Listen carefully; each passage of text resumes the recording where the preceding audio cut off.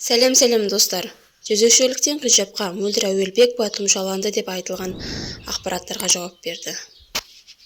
Жезөкшелік пен хиджабқа деген жазудан отандық шоу-бизнес өкілдері Айдана Меденова, Алтынай Жолдыбаева және Мөлдір Әуелбекованың суреттері бір постта жарияланды.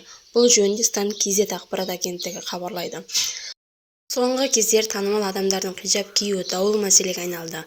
Дінге бет бұрған қазақстандық отандық жұлдыздар аз емес. Солардың бірі Мөлдір Әуелбекова. Өнер иесі жезөкшеліктен хиджабқа деген жазумен өзінің суретін бір посттарын желінің парақшасына жариялап, өзін ақша үшін тұмшаланды деп айыптағандарға жауап берді.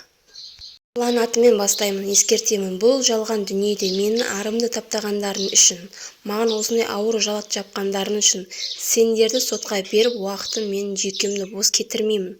Көркем сабырмен сабыр етіп, Алланың сотын күтемін.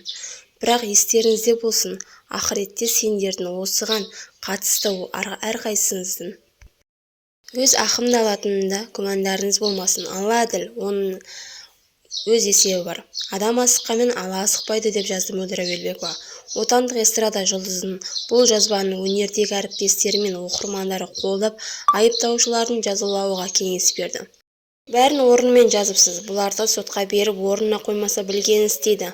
Ақылмен шешіпсіз, соттаспайсыз ба? Жауап берсін. Неге сотқа беру керек? Алладан қорықпай сөйлейтіндерді қорқу керек. Артық әңгіме айтпасын деп жазды желі қолданушылары. Бұған дейін танымал тележүргізуші Динара Сәтжан блогерлердің тұмшаланған үшін қыруар ақша ұсынғаны жайлы жазған болатын. Соңына дейін тыңдағандарыңызға рахмет. Лайк басып, комментарий жазып, каналға тіркеліп, қоңырау белгісін басуды ұмытпаңыздар достар.